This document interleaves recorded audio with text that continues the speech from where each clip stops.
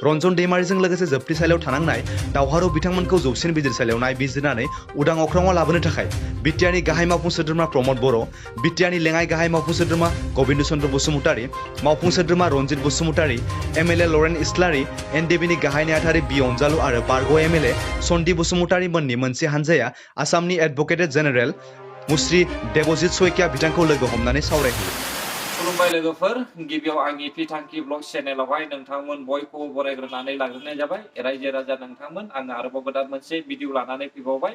नोंथांमोना बे भिडिअखौहाय बियो मोनसे ओंथि गोनां जायाखैखौ आं नुदों। बर'लेण्ड हालामाव जेनोखि सान्थि फैबाय, बिनि मोनसे बबेबा षड़यन्त्रआ हयथ' जानो हागौ जोंनि गेजेराव असान्थि खालामनायनि मोनसे षड़यन्त्र खालामदों, जों बेखौ नुदों। दा सुक्ति हिसाबै जेरैबायदि रन्जन दैमारि सारखौ दसेनि थाखायबाबो बेल होनानै लांबाय, बे कनभिक्टेड जायहा लाइफ सेन्टेन्स जाखानाय मानसि, बे मानसिया बोरै सुक्ति होनो हाखो? बिखायाव मोनसे अर जोंनाय फैदों आरो रायजो राजाबो गोसोआव मोनसे गाबखांनाय फैदों। गिबियावनो गासै मिडिया नोंथांमोननिसिम आंनि गोसो गोरबोनि मान बावनाय थाबाय आरो गिबियावनो जायफोरा दिनै जेलाव दं बिथांमोननिसिम आंनि गोसो गोरबोनि हामलायथि बावहरनाय थाबाय। नंगौ, एनडिबिआ 34 इयार्स मेन खालामबोदों। दा बेनि गेजेराव फैयै फैनानै 2020 2020आव 27 तारिख जानुवारियाव जोङो मोनसे एकर्ड खालामबाय। बेखौ गासैबो बुहुमनि मानसियाबो मिथिगौ, जोंनि बर'लेण्ड हालामनि रायजो राजा उन्दै गेदेर गासैबो बोराय बुरै बेखौ मिथिगौ। दा बेनि गेजेरजों जोङो बेखौ आसा खालामदोंमोन, एनडिबि हिसाबै जोङो आसा खालामदोंमोन जे जेरैबायदि जोङो बे ओनसोलाव सान्थि भाबै जोङो सान्थि गायसननो होननानै जों मोनसे सुक्ति खालामनाय जादों। आरो बे मेन उद्देश्यआनो जाहैबाय दिनै जेनाखि नोंथांमोन सोंनाय रन्जन दैमारि सारनि सायाव दाखालि जेनाखि 27 तारिखआव मोनसे जाजमेन्ट होदों, बेखौ जोङो एनडिबि हिसाबै जों गोरलैयै गनायनानै लानो हायाखै आरो बेखौ जोङो सिन्था खालामनानै बिथांनि सायावल' नङा, जोंहा गोबां बेवहाय 74 जन टटेल जेलाव दाबो दङ। बिथांमोना माखासे कनभिक्टेड आरो माखासेया ट्रायल जागासिनो। दा बेफोरखौ जोङो नुयोब्ला आं सानो जे जेरैबायदि सान्थिनि गेजेरजों जों मोनसे सुक्ति खालामदोंमोन, बियो मोनसे ओंथि गोनां जायाखैखौ आं नुदों। दा बेनि सायाव जोंनि जेनाखि सान्थि, बर'लेण्ड हालामाव जेनाखि सान्थि फैबाय, बिनि मोनसे बबेबा षड़यन्त्रआ हयथ' जानो हागौ जोंनि गेजेराव असान्थि खालामनायनि मोनसे षड़यन्त्र खालामदों, जों बेखौ नुदों। दा सुक्ति हिसाबै जेरैबायदि रन्जन दैमारि सारखौ दसेनि थाखायबाबो बेल होनानै लांबाय, बे कनभिक्टेड जायहा लाइफ सेन्टेन्स जाखानाय मानसि, बे मानसिया बोरै सुक्ति होनो हाखो? बेनो फार्स्ट एन्ड फरमस्ट कुइसना जागोन। दा बेनिखायनो जों लुबैदों एस ए फाउन्डार हिसाबै दिनै गासै एनडिबिफ्रा बिखायाव मोनसे अर जोंनाय फैदों आरो रायजो राजाबो गोसोआव मोनसे गाबखांनाय फैदों। दिनै सान्थि परिबेसनि गेजेराव बेबायदि जोंनि जेनाखि बर'नि जांख्रिथायनि जायहा गिबि गायसननाय, बिथांखौ दिनै बेबायदि जोबथेसालिसिम बा आरो बेबायदि दोनबाय थानायखौ रायजो राजाफ्रा मोजां मोनाखै। फोसावनांगौ फोसावबाय, खिन्थु जों बेखौ लुबैदोंमोन जे हम मिनिस्ट्रिनिफ्राय लानानै जोंनि स्टेट गभर्नमेन्टनिफ्राय लानानै मोनसे जों ग्रेसखौ मोनगोन होननानै जोङो आसा दंमोन आरो रायजो राजाफ्राबो बेखौ नेनानै दंमोन। दाबो निरासा जायाखै। दाबो सुप्रिम कर्टआव थांदोंबाबो बिनि प्रसेसखौ जोङो ज'यै खौसेथियै जोङो मुभ खालामनानै जोङो मोनसे हम मिनिस्ट्रि लेभेलाव जोङो मोनसे जेनाखि सुक्तिनि स्पिरिट, बे स्पिरिटखौ लानानै जोङो मोनसे हम मिनिस्ट्रिनाव ग्रेस बिनायनि जोंहा मोनसे राहा लामाया दाबो दङ। जोङो नुयो गासैबो हानाय जेनाखि क्षमता, बे मोनसे हम मिनिस्ट्रि लेभेलजोंहाय थाङो आरो जोंहा मोनसे जायहा प्रेसिडेन्ट दङ, बिथांखौ जों सुप्रिम कर्टआव जोङो एपिल खालामनानै बेनि थ्रुयै जोङो मोनसे राहा लामाखौबो जोङो लाबावनो हायो आरो बेखौ जों नुदों। दाबो जेखियानो जाया मानो, जायफोरा बिथांमोना दिनै जेलाव दङ, बिथांमोना दाबो निरासा जायाखै। जों मिथिगौ रिभलिउसनाव बेयो मोनसे पार्ट, जों बेखौ मिथिखागौ। माब्लाबा आंनावबो गोग्लैनो हागौ, माब्लाबा सोरनावबाबो गोग्लैनो हागौ। वी आर वेलकाम डेट, जों बेखौ बरायनानै लाखानाय जों गासै सुबुं। खिन्थु बेनि गेजेरजों जोंनि बिखुङाव मोनसे गिदिर उद्देश्य दङ। बे उद्देश्यआनो जाबाय रायजो राजानिमोन आरो जोंनि बे सुक्तिनि जोंनि बिखुङाव दङमोन सान्थिनि थफ्ला दंमोन। बे सान्थिनि थफ्लाखौ जोङो बुफुरना रायजो राजानो सान्थि भाबै दिनै जोङो रायजो जानो, बिदा फंबाय अनलायनो, जोंनि गेजेरावहाय मिनि खुसियै जोङो नुलायलायनो आरो जोंनि बड'लेण्ड हालामखौ जौगानायनि जों मोनसे बे थफ्ला दंमोन। दिनै बे थफ्लाखौ दिनै माखासे मानसिफ्रा आं बेखौहाय जुदि बुजियालासेनो बा गभर्नमेन्टआ बुजियालासेनो जोंनि जिनाखि ग्रिभेन्सेस जोंनि खावलायनाय बेखौ लाखियाब्ला निस्सय रायजो राजा दुखु मोनगोन। आं आसा खालामदों निस्सय जोंनि जिनाखि सेन्टिमेन्ट आरो बे एकर्डनि जिनाखि स्पिरिट बे स्पिरिटखौ निस्सय सेन्ट्रेल गभर्नमेन्टआ लाखिगोन आरो जों आसा खालामदों सुप्रिम कर्टआव थांबाय बिथांनि जिनाखि केस आरो बेखौबो जोङो एपिल खालामनो आरो बेयावबो जोङो मुभ खालामनो हागोनखौ जोङो मोनसे राहा लामाखौ जोङो नुदों।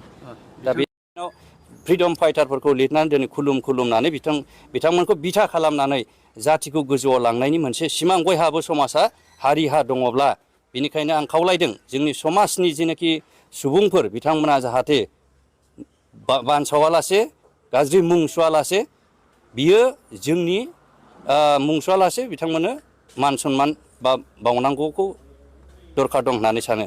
मानोना जोंनि जिनाखि दानि जारिमिन अनलि 34 years आं बुङो आफ्टार 50 years बियो सना जोंनि जारिमिन जागोन आरो बे जारिमिनानो जोंनि हारि थांनानै थानायनि आरो जों हारिखौ बे जारिमिनासो लाखिबाय थागोन। बेयाव रावबो खालामनाय नङा। दिनै NDPआ दिनै गावजों गाव बिदा फंबाय बुथारलायनानैब्लाबो गावनि हास्थायनायखौ जोङो दिहुननानै लानो नागिरदों।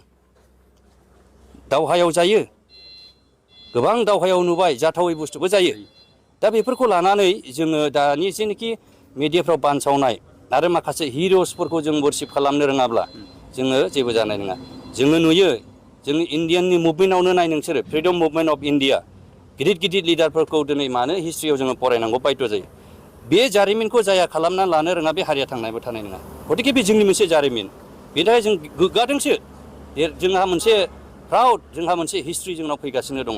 बेखौ जोङो मोजाङै रायजो राजाया क्लियारलि भाबे दोनलांनो नाजानांगौ आरो रेसपेक्ट होनो नाजानांगौ। आंनि बुंनो साननाया बे। Thank you.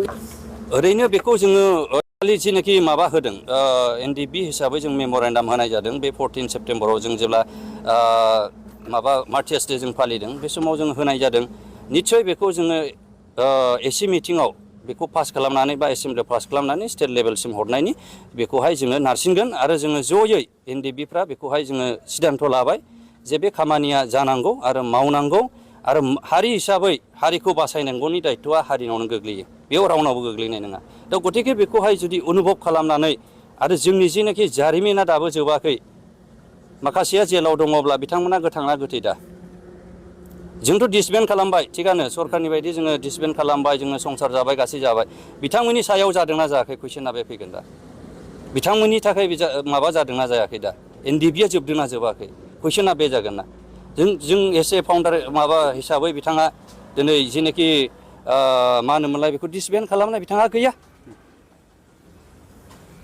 जों खालामबाय। दा बेफोर माखासे क्लुफोर दङ थायो जायफोरखौ जोङो सिन्था खालामनानै नायोब्ला मोनो। दा बेबायदि जोङो बिथांखौ जेनाखि गनायनि नारसिननाय एसेमब्लियाव जोंनि BTRनि एसेमब्लियाव जों बेखौ मावगोन आरो बिथांमोनाबो जों सापर्ट खालामो। दा जोङो आंबो सासे NDPनि सासे प्रेसिडेन्ट जायनि फलाव जोंनि फाउन्डारनिफ्राय जोङो गोबां रोखोमै बेबायदि जाबोबाय थादों। बेखौ जोङो बुंनांगौबो खोथा गैला खिन्थु NDP हिसाबै दिनै बिग्रायखांनाय फैदों बेखौ रावबो नुनाय नङा जों नुदों आरो जोंनि दैदेनगिरिफ्रा नुदों। दा बेनिखायनो जोङो बेखौ बख'नायाव जोङो जेरैबायदि सरखारखौ जोङो नारसिननांगौ बा आंबो सासे सरखारनि मानसि जोङो सहायखौ जोङो खालामगोन आरो दिनै जोङो NDPआ रियेलाइज खालामनानै जों मोनसे खौसेथिनि मोनसे प्लेटफर्माव जोङो दिनै गसंनानै जोङो मोनसे थानो हानायनि मोनसे सिमां आरो मिजिंखौ जोङो नुहुरदों। खारन जेसेबांसिम जोंनि जेनाखि जेलाव थानाय कनभिक्टेड जानाय हाइनास क्राइमाव थानाय बिथांमोना गवागौमानि जोंनि खर' मेलेमाव आरो जोंनि जिउआव हारा मेलेमाव रायजो राजा नोंथांमोन जोङो दिनैहाय सावरायग्रा सारनिफ्राय गोबांथार खोथाखौहाय खोनाबाय आरो नुनोबो मोनबाय आरो मिथिनो हाबाय। अब्ला रायजो राजा नोंथांमोन जोङो दिनैहाय जोंनि NDPनि फाउन्डार देरनाब्ला सार रन्जन दैमारि सारखौहाय जोङो बख'नो हागोना रोखा। अब्ला रायजो राजा नोंथांमोन जोङो गावजों गाव मुं सुलाया जासे बेनिफ्राय बैनिफ्राय बैयावहाय बखिज्लाया जासे खौसे जानानै नैबे जोंनि NDPनि दैदेनगिरि फाउन्डार हारिखौ रैखा खालामनानै लाबोनाय जाया बिर जोहोलाव बेखौहाय जोङो रैखा खालामनो नाजानाया जोंनि बर' हारिनि खौसेथिनि गोनांथि। दिनै बिथांनि दुखुनि जायगायावहाय नंबां जाबां खोथाखौ लानानै पलिटिक्स गेलेयालासिनो बिथांखौहाय बख'नो नाजानाया बयनिबो गोनां होननानै आं सानो। दिनै माखासे दैदेनगिरिफ्रा बिटिआरनि सेक्रेटारियेट गेटखौसो लानानै पलिटिक्स गेलेनायखौ जोङो नुनो मोनदों रायजोफोर। नाथाय बै बांगाल जंगालनिफ्राय रैखा खालामबोनाय जि फाउन्डार एनडिएफबिनि दैदेनगिरि प्रेसिडेन्ट डिआर नाब्ला सारखौहाय बख'नो नाजानायनि माखासे दुखु फोरमायनायखौ नुनो मोनाखै। स' लोगोफोर, आं आसा खालामो दानि नैबे बिटिआर गभर्नमेन्टआनो डिआर नाब्ला सारखौहाय 100आव 100% उदां अख्राङावहाय लानानै फैगोन होननानै। गोजोन्थों रायजोफोर, नैबे भिडिअखौ नायनायनि थाखाय। नोंथांमोना मोजां मोनदोंब्ला लाइक, शेयार, कमेन्ट, साबस्क्राइब खालामनानै होब्लानो जाबाय। जेन' आङो उननि समावहाय गामियाव थानानै माखासे मोजां भिडिअफोरखौहाय नोंथांमोननो हगारनानै होनो हानाय बायदि। एसेनोसै रायजोफोर, जै बर' हारिनि।